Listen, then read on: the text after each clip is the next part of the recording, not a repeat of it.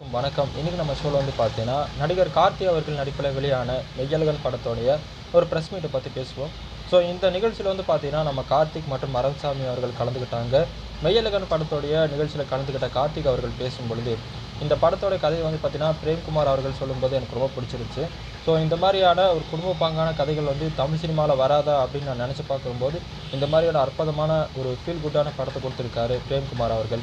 அது மட்டும் இல்லாம, இதுக்கு முன்னாடி இந்த மாரி திரையுலகுல குடும்ப பின்னணி கொண்ட திரைப்படங்கள் எடுத்த திரையுலக ஜாம்பவான்களான பாலச்சந்திரன் மற்றும் பாலு மகேந்திரா, மகேந்திரகுமார் அவர்களுக்கு நன்றி. இந்த மாரியான கதைக்களங்கள குடுக்கும்போது தான் மக்களுக்கு இந்த மாரியான படங்கள ரசிக்க முடியுது அப்படின்னு சொல்லிட்டு நம்ம கார்த்திக் அவர்கள் பேசியிருக்காரு. என்னுடைய அண்ணனான சூர்யா அவர்கள் பார்த்தீங்கன்னா, எனக்கு ஒரு விஷயம் சொல்லிக் குடுத்துருக்காரு. "உன்னால எவ்வளோ பெருந்தன்மையா இருக்க முடியுமோ, அவ்வளோ பெருந்தன்மையா இரு" அப்படின்னு சொல்லி பேசியிருக்காரு. அதனால தான் என்னால எந்த முடிவும் தெளிவா எடுக்க முடியுது. இந்த படத்தோட ஸ்கிரிப்டும் நல்லபடியா வந்திருக்கு. அது மட்டும் இல்லாம, இதுக்கு முன்னாடி நான் பிரேம்குமார் அவர்களுடைய இன்னொரு கதைய நான் கேட்டேன். இன்னொரு கதைய நான் பார்த்தேன். அந்த கதைய படிக்கும்போது பார்த்தீங்கன்னா, அது ஒரு வரலாற்று பின்னணி கொண்ட கதையா இருந்துச்சு.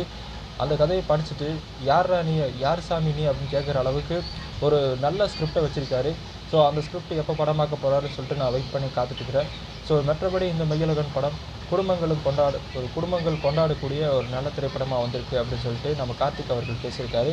அதுக்கப்புறம் இந்த நிகழ்ச்சியில நம்ம அரவிந்த்சாமி மற்றும் கார்த்திக் மற்றும் உமாதேவி, தேவதர்ஷினி, நம்ம திரையுலக பல நட்சத்திரங்கள் இந்த நிகழ்ச்சியில கலந்துக்கிட்டாங்க. இந்த மெய்யழகன் திரைப்படத்துல உங்களுக்கு பிடிச்ச ஒரு காட்சிய பத்தி பேசுங்க. அந்த காட்சி எதனால உங்களுக்கு பிடிச்சது?